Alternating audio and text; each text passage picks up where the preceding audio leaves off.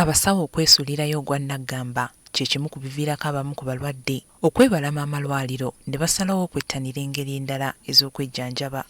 Bwe tulaba reports eziri ku social media oba bye tugoberera tulaba nti nno abalwadde baffe be tujjanjaba kale abamu beesambaze amalwaliro gano nga bagamba nti nno abasawo bakambwe, abasawo tebalina customer care, tebabafaako ate oba oliawo nti abamu babasaba ne ssente okubeera nga bafuna obujjanjabi buno.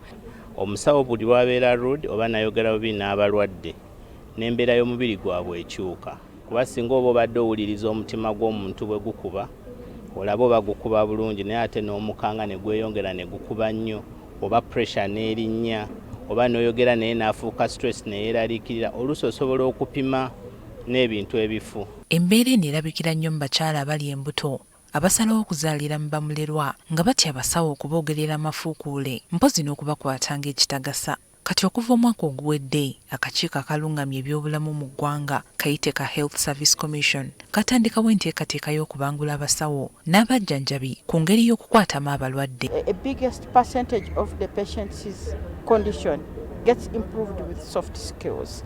The way you speak to them, the way you explain things, the way even if it is that you have given everything and there are no drugs. How you bring it out. Ab'akakiiko kano bagamba nti mu malwaliro mangi enkwata y'abalwadde ekyali wansi nnyo nga tetuuka mu bitundu 5 ku buli 100.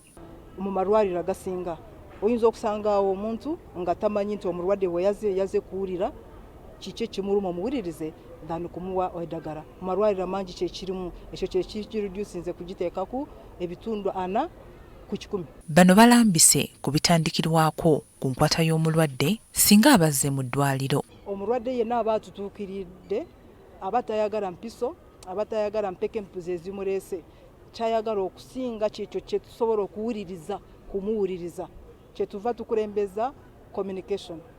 Kyokka embeera abasawo mwe bakolera emirimu gyabwe nayo tebuusiddwa maaso. So kiri tuwe okuyambako omusawo okubeera nga ali resilient, okubeera nga ayagala kyakola nga takoowa ate era nga protectinga their mental health.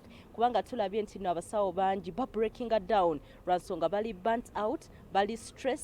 Enteekateeka eno egendereddwamu okulaba ng'empeereza mu malwaliro erongooka okusobola okutumbula ebyobulamu mu ggwanga. Maria Jacinta Kanyange, NTV ku ssaawa emu.